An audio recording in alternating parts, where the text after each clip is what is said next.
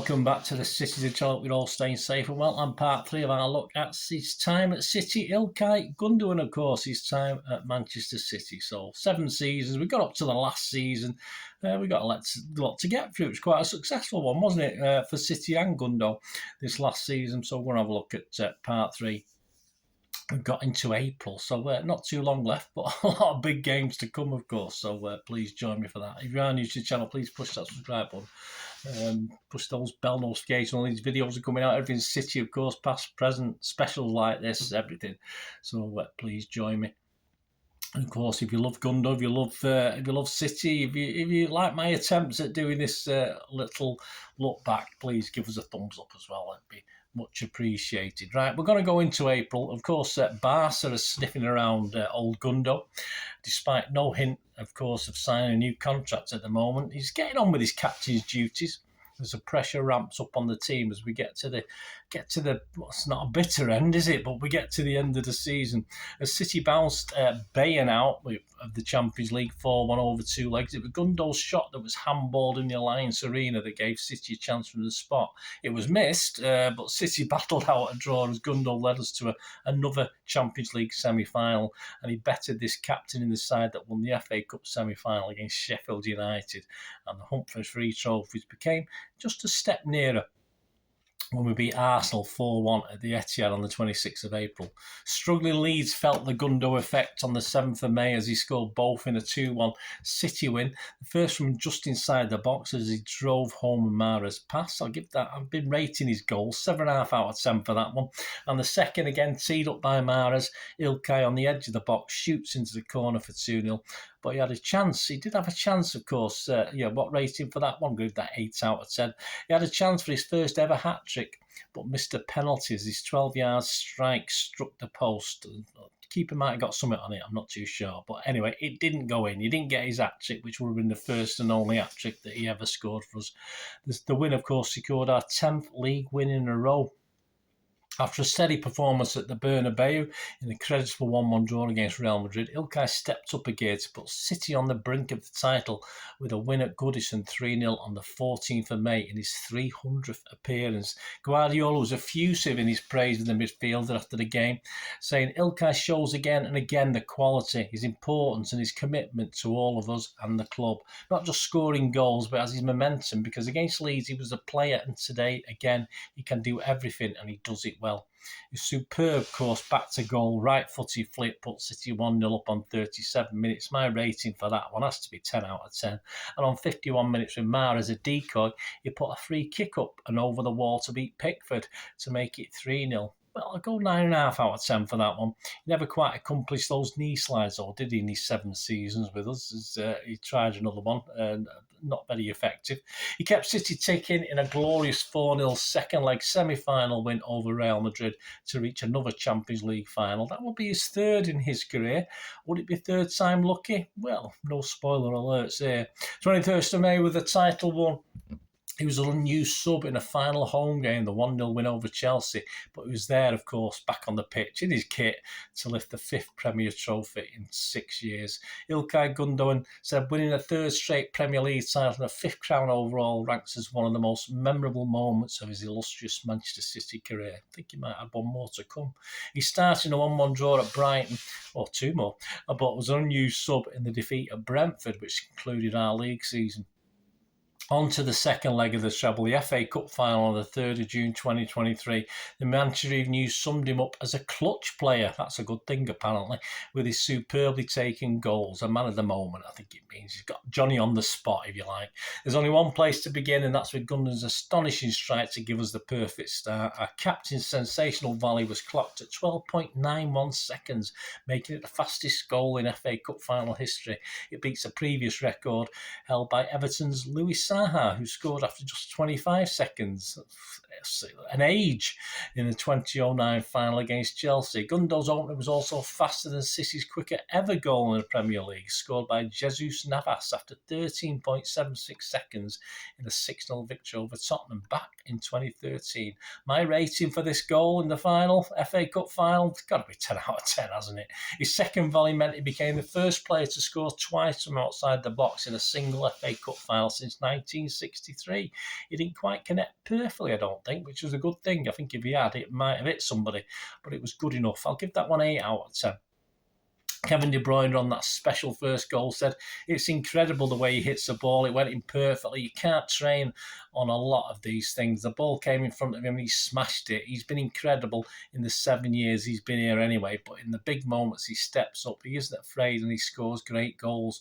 Ruben Diaz praised Gundogan. He said, he's a magician, a special player. This is my 3rd season with him, so I know him quite well and what he's capable of. Even though he's always able to surprise me and everyone, he's just an amazing player and an even better person. Owing to his performance in that match, he was praised as magnificent by journalist Phil McNulty, and was voted as man of the match by the readers of BBC Sport. Well, they know the stuff, don't they? And, of course, his stunning volley against United won the Nissan goal of the season. Of course it would. He remained coy over his future after the victory, simply saying the decision on his future had not been made. I think we knew it already had been.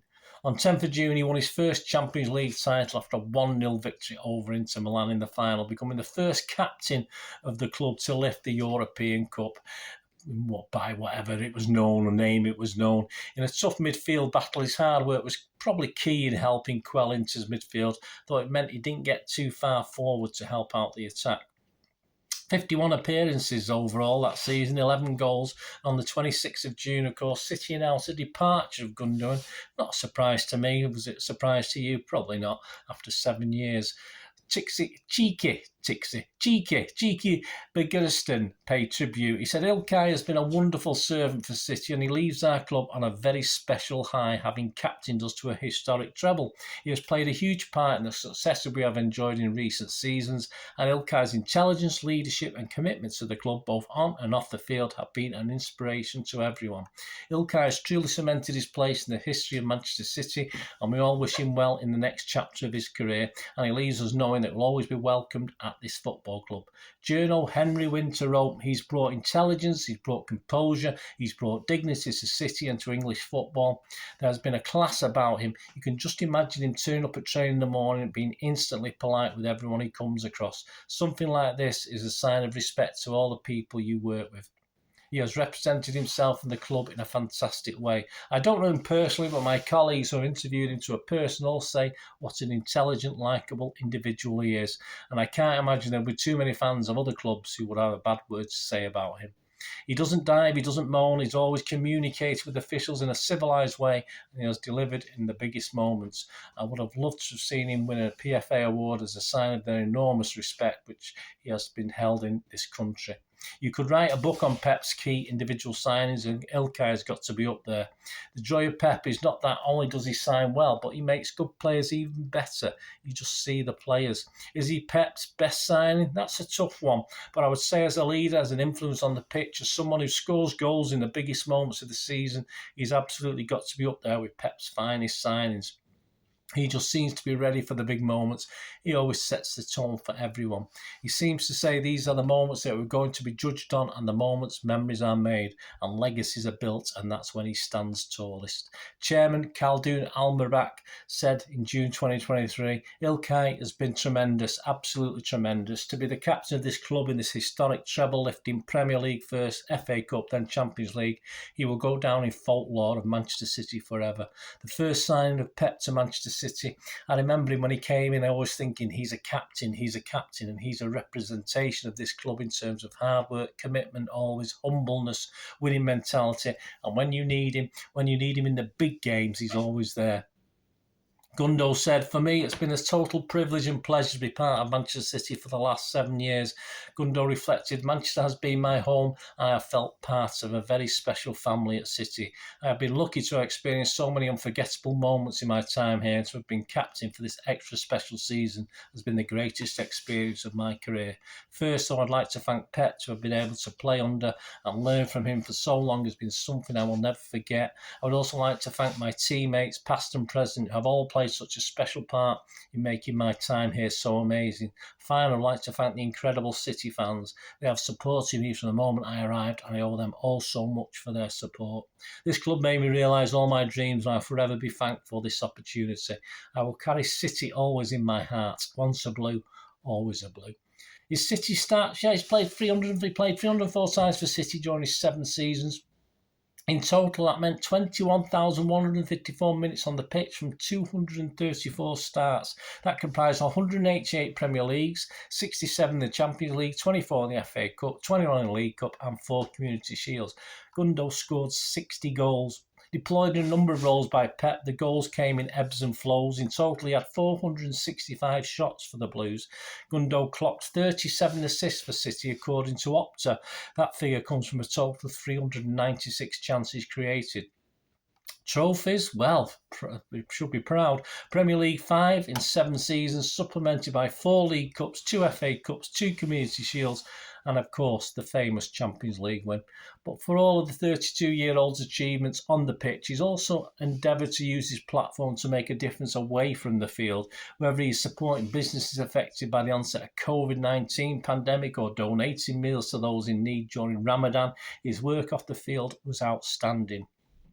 For me, was he City's best ever number 8? In my opinion, no. I've already mentioned a guy in one of these parts that I would reckon was the best number 8 City have had, but he wore that shirt with class and skill and a lot of pride, and it was a privilege to watch him. What was he due? What's he due? A statue, a mosaic, or nothing?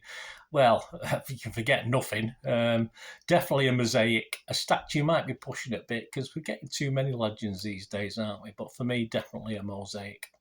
Yeah, on the 26th of June, as we know, he left. He signed for Barcelona on a 3 transfer until June 2025. Although there's possibly an extra year on top of that because I think City offered him 2 years, but he wanted 3, so I'm fairly sure there's 3. But there you go. ILKAY, Gundogan. Let me know your memories, guys, and I will just say to ILKAY, thank you, and good luck in your future. And I do hope to see you back in one capacity or another over the many years I've got left going to watch our beloved Blues. So thank you, ILKAY, and please, guys, leave us your comments. Until the next time, well, that's one thing, don't I? Please stay safe, Blues. Come on, City. Bye for now.